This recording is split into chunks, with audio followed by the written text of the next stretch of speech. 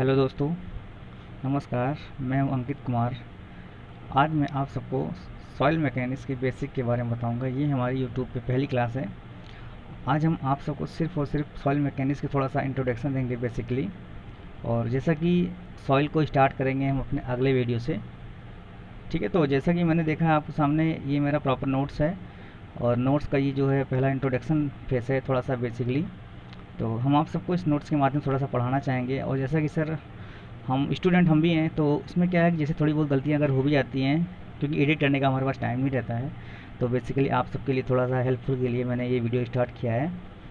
तो ठीक है, बहुत सारी बातें ना करते हुए हम स्टार्ट करते हैं वीडियो को। ठीक है, नहीं वीडियो लंबी हो जाएगी। तो आप सब देख रहे हैं कि जैसा कि पेज पे आप देख पा रहे हैं कि सबसे ऊपर लिखा हुआ है सॉइल मैकेनिक्स।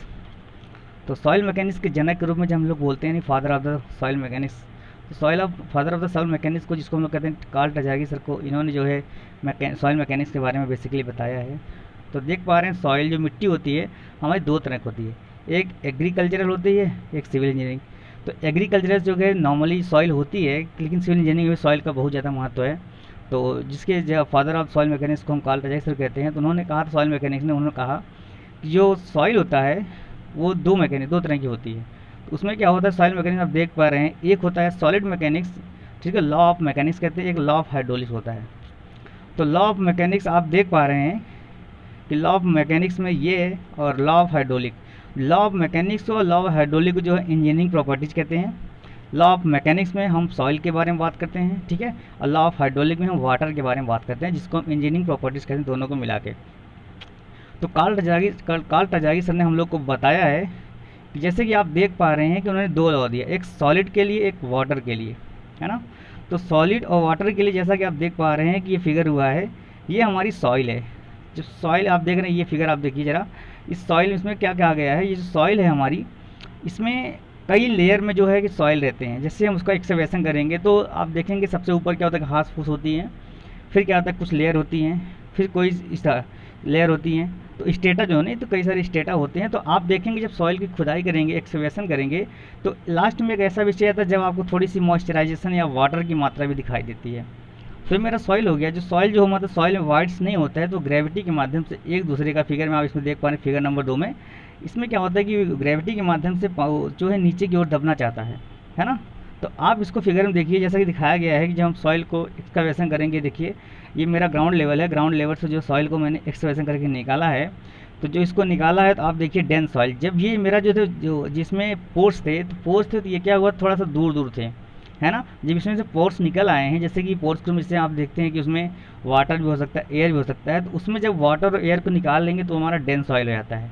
ठीक है, तो आप आगे देख पा रहे हैं, ये हम सैंपल लिए हैं, ये हमारा आप देखिए इस फिगर में, इसमें डेंस सॉइल है, जिसमें देख रहे हैं एक पार्टिकल, जो सॉइल के पार्टिकल हैं बहुत पास पास होते जा रहे हैं, है ना। तो इसमें क्या है कि आप फिगर नंबर इसमें भी देख सकते हैं, इसमें जो दिखाया गया है, इसमें सॉइल का एक सैंपल है जो क्यूब के रूप में आप देख पा रहे हैं। इसमें क्या है कि मिट्टी जो है एक दूसरे को दबाती है, मतलब आसपास की सॉइल होती है, एक सॉइल सैंपल मैंने जो कि एक्सकवेशन करके निकाल लिया, तो उस सॉइल सैंपल आप देख रहे हैं जो आसपास की सॉइल है वो उसको दबाना चाहती है, एक्सट्रैक्ट करना चाहती है, सॉइल सैंपल को निकाल लिया गया है ना।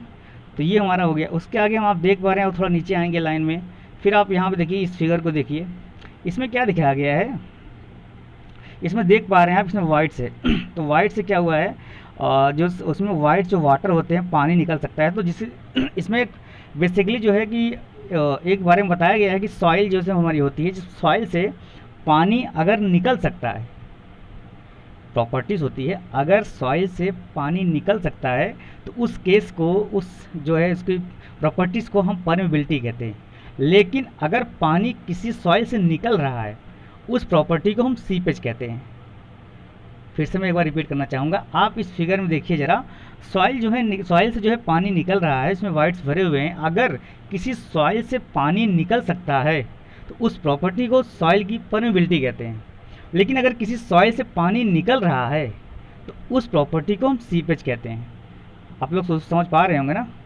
तो इस तरह से क्या हुआ कि हमारा ये सॉइल जो है आगे निकल रहा है। फिर हम अगले पेज में आते हैं, देखते हैं इसमें क्या था, परमेबिलिटी एंड सीपेज के बारे में बताया गया है। सॉइल हमारा देख होता है कि अनकॉन्सोलिडेशन, अनकॉन्सोलिडेटेड मतलब होता है कि अन मतलब होता है नहीं, कॉन्सोलिडेटेड मतलब दबाया, जिसको नहीं दबाया गया है वो हमारी अनकॉन्सोलिडेटेड सॉइल कहा जाता है। सबसे बड़ी चीज़ होती है जैसे कि अनकॉन्सोलिडेटेड मतलब लोग समझ ही नहीं पाते हैं। तो सबसे पहले उसकी मीनिंग समझते हैं। अनकॉन्सोलिडेटेड मतलब होता है जिस सॉइल को दबाया नहीं गया है किसी माध्यम से, उसको अनकॉन्सोलिडेटेड सॉइल कहते हैं। अब आप देख रहे हैं इस फिगर में, आप देखिए ज़रा, इस फिगर में आप देखिए इसमें क्या कहा गया है। तो इसमें क्या है कि वाइट्स है, एक सॉइल है, सॉइल के अंदर वाइट्स हैं। वाइट्स ग्रुप में आप समझ पा रहे हैं, वाइट्स ग्रुप में दो चीज़ हो सकती है, या तो एयर होगी या तो वाटर होगी, है ना। तो वाइट सॉइल के अंदर जो है 3 स्टेट होते हैं, आप देख पा रहे हैं। 3 स्टेट होने का मतलब ये, अगर एयर भी है, वाटर भी है, सॉलिड भी है, तो इसको हम क्या कहते हैं, इसको कॉम्प्लेक्स कहते हैं, है ना। तो कॉम्प्लेक्स मतलब होता है सॉलिड, लिक्विड, गैसियस, तीनों स्टेट उसमें पाए जाते हैं। इसको हम इसलिए सॉइल इज ए कॉम्प्लेक्स के नाम से कहते हैं। तो सॉइल, लिक्विड, गैसेस हो गया है। तो हम आपको हिस्ट्री ऑफ स्टेट बताते हैं, किस तरह से हिस्ट्री ऑफ स्टेट ग्रुप में किया गया है। अब आप देखिए, जैसे आप इस फिगर में देख पा रहे हैं, इस फिगर में आप देख पा रहे हैं इसमें क्या कहा गया है, आप देखिए ज़रा। इसमें क्या है कि हम सबसे पहले, ये एक बेल्ट खड़ा है, यहाँ पे इसका जीएल है, ग्राउंड लेवल है। इसमें से हम मिट्टी यहाँ से एक्सकवेशन करते हैं, निकाल लेते हैं सैंपल को। और आप देखिए एक सैंपल ये है, एक सैंपल ये है। तो ये सैंपल क्या है, इसमें जो ग्राउंड लेवल से h ऊंचाई पे है। अब आप ज़रा जज करिए, हम आपको एग्जांपल में समझाते हैं। जैसे मान लीजिए कोई एक मोटा आदमी है और लंबा सा है, मोटा सा है, तो वो अगर किसी x ऊंचाई से h ऊंचाई से गिराते हैं और 1 मीटर नीचे, वो ज़्यादा दबेगा, है ना। लेकिन अगर एक हल्का आदमी है, ठीक है, जिसको h ऊंचाई से गिराया, कैपिटल S गिराया जाता है, तो उसमें क्या होगा, वो जब गिरेगा 1 मीटर से तो उसको थोड़ी कम चोट आएगी।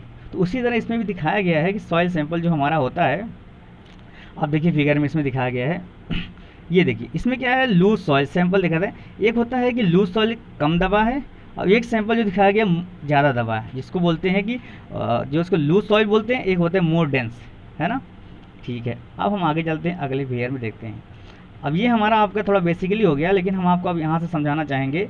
जैसा कि आप देख पा रहे हैं सॉइल नेचुरल के बारे में, अब इसको बेसिकली समझिए।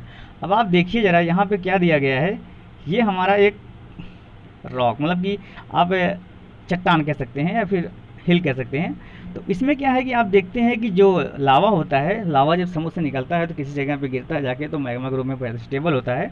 तो आप देख पा रहे होंगे यहाँ से क्या हुआ, ये देखिए यहाँ पे सॉइल जो है, ये देखिए आप यहाँ पे सॉइल देखिए धीरे धीरे यहाँ पे आ रहा है। तो कुछ सॉइल क्या करते हैं, यहाँ से अगर जो चीज़, जैसे इसके पिता हैं सॉइल, एक उनके हिल जो है किसी सॉइल के फादर हैं, तो वो क्या करता है, कुछ सॉइल जो कि आती आती आती आती यहाँ पे स्टेबल कर जाती है, यहीं पर रुक जाती है। तो जो सॉइल अगर किसी हिल से निकल के वहीं हिल के किसी बेस पे रुक के स्टेबल हो जाती हैं, जम जाती हैं, तो उसको हम क्या कहते हैं दोस्तों, इसको हमारा एलुवियल सॉइल कहते हैं। ठीक है, जैसे कि आप फिगर में देख रहे हैं यहाँ पे दिया हुआ है, वो हमारा एलुवियल सॉइल होता है। ठीक है, सॉरी रेसिडुअल सॉइल होता है, सॉरी। तो जो पर्वत से, मतलब कि हिल से निकल के अगर वहीं पे स्टेबल हो जाती है, रुक जाती है, तो इसको हम क्या कहते हैं, रेसिडुअल सॉइल कहते हैं। ओके, ठीक है। फिर क्या करते हैं, हम आगे बढ़ते हैं। यहाँ पे क्या है कि आप थोड़ा देखिए, कुछ सॉइल जो है यहाँ पे क्या था, आगे बढ़ रही, यहाँ पे आगे थोड़ा ट्रांसपोर्ट हो गई, है ना। ट्रांसपोर्ट होने का मतलब क्या है कि जैसे ट्रांसपोर्टेड सॉइल हो जाती है, तो यहाँ पे कुछ दूर जाके स्टेबल हो जाती हैं। स्टेबल हो जाती है तो वहाँ पे क्या होता है, सूर्य की टेम्परेचर, सूर्य का रोशनी पड़ता है, जानते सूर्य चाची क्या करते हैं, हाई टेम्परेचर ना हाई प्रेशर जब पड़ता है, तो वो सॉइल जो है धीरे धीरे परत के रूप में जम जाता है किसी दूर जाके। तो उस जगह में जब परत रूप में जुड़ जाता है, आप देखिए यहाँ पे इस फिगर में देखिए, यहाँ पे जब लेयर जो है परत के रूप में जुड़ जाता है, ये देखिए एक हिल का रूप ले लेती है, उसको हम अप हेवल सॉइल कहते हैं। ठीक है, उसको हम अप, कहने का मतलब ये जो सॉइल यहाँ से चलता है ट्रांसपोर्ट होके, इस फिगर में देखिए जब चलता है तो यहाँ पे क्या सॉइल डिपॉजिट हो जाता है। डिपॉजिट मतलब किसी जगह पे जब कोई सॉइल बैठने लगती है उसको डिपॉजिट कहते हैं।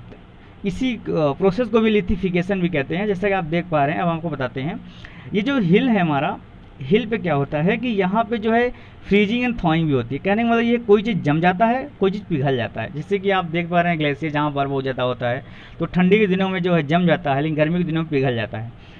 तो वहाँ पे क्या होता है, 3 तरह के जो होते हैं फिजिकल वेदरिंग होती है। तो इसमें क्या कहते हैं कि आइस हो सकता है, वाटर हो सकता है, एयर हो सकता है। फिजिकल वेदरिंग जिसमें कि टेक्टोनिक प्लेट भी होते हैं। वेदरिंग को ही हम इरोजन भी कहते हैं, और वेदरिंग को ही हम डेनुडेशन भी कहते हैं। तो ये तीनों वर्ड आपके लिए बहुत इंपॉर्टेंट है। ये तीनों वर्ड जो है सेम ही नाम होते हैं, वेदरिंग हो, इरोजन हो गया, डेनुडेशन हो गया। ठीक है, आगे हम अगले पेज चलते हैं दोस्तों, और हम आपको दिखाते हैं क्या होता है पेडोजीनियस।